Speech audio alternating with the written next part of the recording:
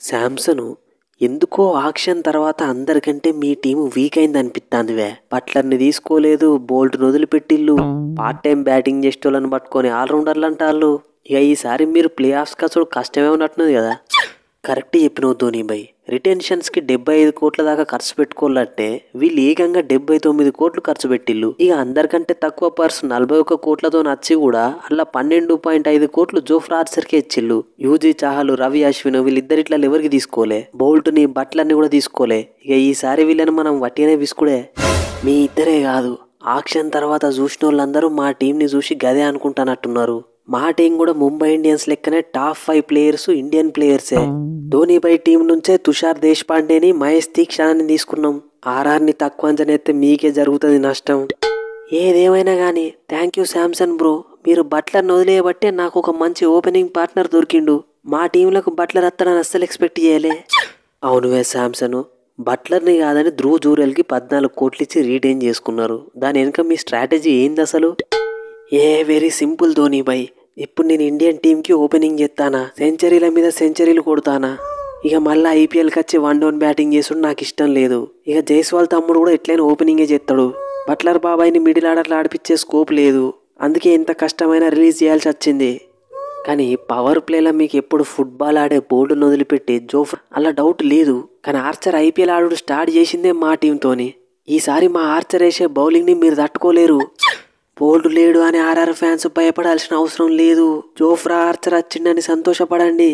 Power ప్లేలో football కాదు, tennis ఆడతా. Get ready for Jofra Archer dangerous bowling. ఏదేమైనా ధోని అన్న, ఐపీఎల్ నీకోసం పెట్టిన రూలు మాకు కూడా హెల్ప్ అయింది. అన్క్యాప్డ్ ప్లేయర్గా సందీప్ శర్మని 4 కోట్లకే తీసుకున్నాం. నీ రూల్ వల్ల మాకు కూడా బెనిఫిట్ అయింది. సింహం వేటాడినాక మిగిలిన జంతువులే తింటాయివే, దాంట్లో ఏమున్నది. నా కోసం పెట్టిన రూల్ మీకు కూడా హెల్ప్ అయిందంటే అదే హ్యాపీ. ఏం హ్యాపీ ధోని బై. ఆక్షన్ల బౌలర్లకి మంచి పైసలు వచ్చినాయి. ఈ అన్క్యాప్డ్ ప్లేయర్ రూల్ లేకపోతే నాకు కూడా ఆక్షన్లో మినిమం 10 కోట్లు వచ్చేది. పైసల కోసం చూస్తావా సందీప్ బ్రో? ఆర్ఆర్ ఫ్యామిలీలో నువ్వు ఒక మెంబర్వి. వట్టిగా జోక్ చేసిన సంజు, ఆర్ఆర్ నన్ను రీటైన్ చేసుకున్నదంటేనే వాళ్ళకు నా మీద నమ్మకం తెలుస్తుంది. ఆర్చర్తో కలిసి అల్లాడిస్తా చూడు. రానా బ్రో, కోల్కత్తా నిన్ను తీసుకున్నది. ఒక సీజన్లో కెప్టెన్గా కూడా చేసి మురిపించింది. ఆ తర్వాత సీజన్లో ప్లేయింగ్ లెవెల్లకు కూడా తీసుకోలేదు. కానీ రాజస్థాన్ అట్లా కాదు. నువ్వే మన నెంబర్ 3 బ్యాట్స్మెన్. మైండ్లో ఫిక్స్ అయిపోయి బ్లైండ్ గెలుపు. ఇంకో హైలైట్ ఏంటంటే మన టీంలో ఆల్రౌండర్లు కూడా లేరు. నువ్వే మన ఆల్రౌండరు. బ్యాటింగ్ వేయని టీం నుంచి బౌలింగ్ కూడా ఇచ్చే టీంకి వచ్చిన శాంసన్ ఎప్పుడో సీజన్ స్టార్ట్ అయినప్పుడు గెలిచినాం ట్రోఫీ.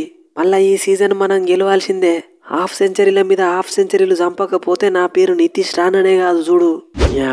నన్ను ఆక్షన్లో వదిలిపెట్టినా కానీ 14 కోట్లకు ఎవ్వరు తీసుకోకపోతుండే కావచ్చు. కానీ నన్ను రిలీజ్ చేయకుండా 14 కోట్లు ఇచ్చి రీటైన్ చేసుకున్నారు. ఏమిచ్చి నేను ఈ రాజస్థాన్ రాయల్స్ రుణం తీర్చుకోగలను? ఏం లేదు జూరెల్ బ్రో, ట్రోఫీ గెలిపించి తీర్చుకోగలుగుతావు. నీ ప్లేస్లో కావాలంటే బట్లర్, బోల్ట్, యూజీ చాహల్ ఎవరినైనా రీటైన్ చేసుకొని ఉండొచ్చు. ఆల్రెడీ నేను ఒక వికెట్ కీపర్ ఉండగా కూడా మళ్ళీ నిన్ను రీటైన్ చేసుకున్నారు. నిన్ను ఆక్షన్లకు పంపితే అంతకంటే తక్కువకే మళ్ళీ దొరుకుతావని తెలిసి కూడా రీటైన్ చేసుకున్నారు. ఇక నువ్వు ఈ సీజన్ ఎట్లా ఆడతావో నీకే వదిలేస్తున్నా. God must be crazy. ఈ ఆర్ఆర్ నాలో పడి ఏం చూసిందో తెలియదు కానీ ఆపోజిట్ టీంకి మాత్రం సుక్కలు చూపిస్తా. శాంసన్ అటు ఇటు చేసి మొత్తం శ్రీలంక స్పిన్నర్లను పట్టుకొచ్చినావు కదా. అసరంగా, తీక్షణ, చెన్నై చిదంబరం స్టేడియంలో కాంపిటీషన్ ఇయ్యడానికేనా ఇదంతా? అట్లేం లేదు ధోని బై. మా సంగాకర గురించి తెలిసిందే కదా. ఓ పట్టాన ఒక మాట విన్నాడు. ఇంకా అవసరమైతే దాసున్ శనక్కనే చారి తస్లంకను కూడా పట్టుకొస్తా అన్నాడు కానీ నేనే ఆపిన. అయినా ధోని బై, ప్రస్తుతం వాళ్ళు వరల్డ్లో 1 ఆఫ్ ద బెస్ట్ స్పిన్నర్స్. అందరు స్పిన్ మంచిగానే సెట్ చేసుకున్నారు, ఒక్క మెయిన్ తప్ప. వెస్టిండీస్ టీం కూడా నన్ను ఎప్పుడు గింత నమ్మలే. కానీ ఈ రాజస్థాన్ రాయల్స్ నమ్మింది. 11 కోట్లు ఇచ్చి రీటైన్ చేసుకున్నారు. ఇక అన్ని 6లు 4లు కొట్టుడే చూడులే. షిమ్రాను, పైన ఎవరు రన్స్ కొట్టినా కొట్టకపోయినా కింద మాత్రం నువ్వు కన్సిస్టెంట్గా ఫినిషింగ్ చేసుకుంటూనే వచ్చినావు. నీ కన్సిస్టెన్సీకి ప్రతిఫలంగానే ఈ రోజు నిన్ను రీటైన్ చేసుకున్నావు. వచ్చే సీజన్ కూడా నువ్వు గిదే పర్ఫార్మెన్స్ రిపీట్ చేస్తే గదే హ్యాపీ. ఈసారి అంతకు మించుంటది శాంసన్ బ్రో, చూస్తావు కదా. షిమ్రాన్ హెట్మేర్ ఆడించే ఆట. అవునువే శాంసన్, ఇంపాక్ట్ ప్లేయర్ రూల్ని మీరు బాగా సీరియస్గా తీసుకున్నట్టున్నారు. ఇంపాక్ట్ ప్లేయర్ రూల్ వచ్చినప్పటి నుండి అసలు ఆల్రౌండర్లను పట్టించుకుంటూనే లేరు మీరు. అసరంగా, నితీష్ రాణా, పరాగు ఇవి అవే ఆల్రౌండర్లు. మరిగా ఇంపాక్ట్ ప్లేయర్ రూల్ని మేము పెట్టామని అడిగినావా? పెట్టినప్పుడు ఇక మనకు ఆల్రౌండర్లతోనే ఏం పని.